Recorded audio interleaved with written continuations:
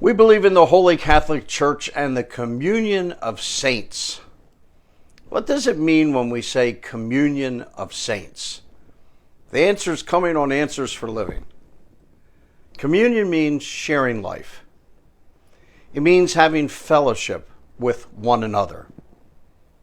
How do we do this? Well, God gives us 11 things that we are to do for and with each other.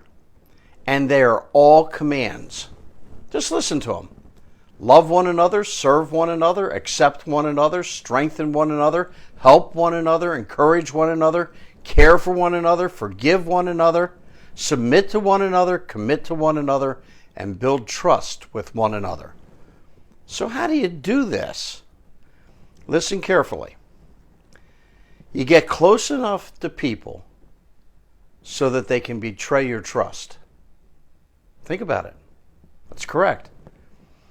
And we build trust with people because they keep coming through for us, which means you're close enough for you to need to trust them with something. And they keep coming through in being trustworthy. But remember, you and I will never build trust just by being together on Sunday morning. We need to spend time together. Remember, there is a risk, though. Your friend could betray you. He could hurt you. But God says build trust with each other anyway. Look at some other commands. Be devoted to one another, be patient with one another, be interested in one another, be accountable to one another, live in harmony with one another, do not pass judgment on one another, do not slander, you have to instruct, greet one another, admonish one another, spur one another on to love and good deeds, agree with one another, be concerned for one another, be humble with one another, be compassionate to one another. How can we be compassionate to one another unless we really know each other's story?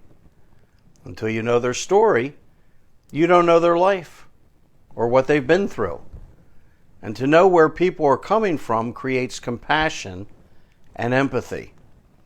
And to know someone's background requires you to spend time with them outside of just the worship time on Sunday.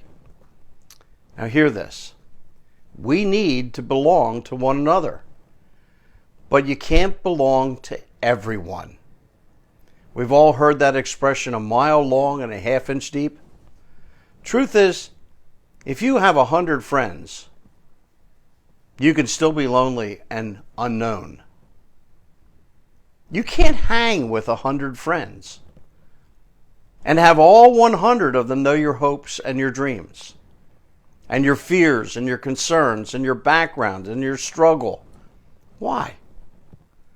Well, you hide these things when you're around 100 friends. You really don't want 100 people knowing you that deeply. Jesus had 12 intimate friends. Of the 12, he had 3 very special friends. And when he went to the Garden of Gethsemane to pray, all of them went to the garden with him, but 3 of them went deeper into the garden. On the mountain of transfiguration, when Jesus was literally transfigured, when he pulled back his flesh and the glory of God shone through, he was only there with Peter, James, and John, his closest of the special friends.